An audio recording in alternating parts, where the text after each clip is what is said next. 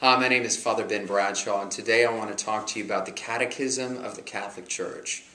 Many years ago, in the 16th century, the first catechisms were actually not written by Catholics. They were written by Martin Luther, who started the Protestant Reformation.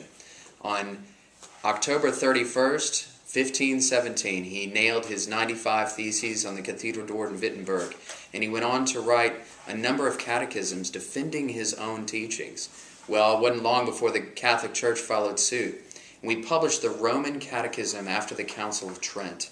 Very amazing expose of all of our church teachings, reiterating the seven sacraments and the Blessed Mother and the work of grace, and that faith and reason go together.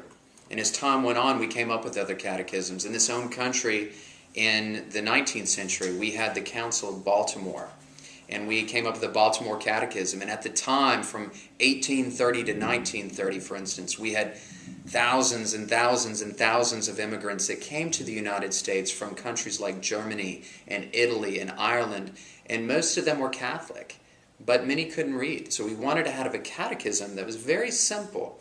Why did Jesus make me? Why did God make me? To know and to love Him and to serve Him in this life, to be with Him and happy in the next. So we had this catechism, the Baltimore Catechism. Well, as time went on, we decided to come up with another catechism. And so in 1985, all the bishops of the world came together 20 years after the closing of the Second Vatican Council in 1965.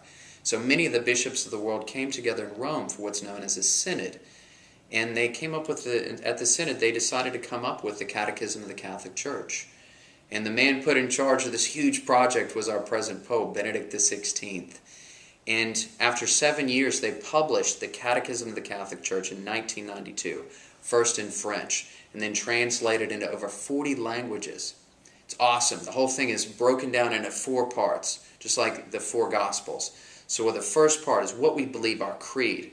Second part is on the sacraments. The third part is on morality. That's where we see the cardinal virtues and the capital sins.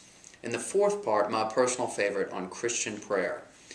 Brothers and sisters, the Catechism is not just some theoretical book that's only for theologians and priests and people that have studied this. No.